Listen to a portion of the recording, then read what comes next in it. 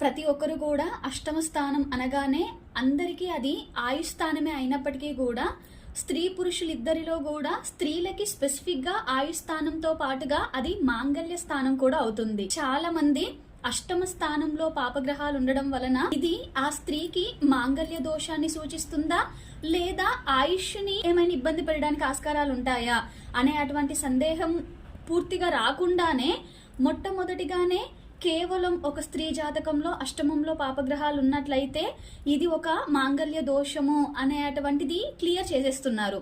కానీ చూడండి, అష్టమ స్థానంలో ఏ స్త్రీకైతే పాపగ్రహాలు ఉంటాయో వారందరికీ కూడా అది మాంగళ్య దోషంగా వర్తించదు. ఓకే, సో అది ఏ టైంలో వర్తిస్తుంది ఏ టైంలో వర్తించదు అనే అటువంటి దానికి సంబంధించినటువంటి లాంగ్ వీడియో అనేది మన ఛానల్ కింద ట్యాగ్ చేశాను.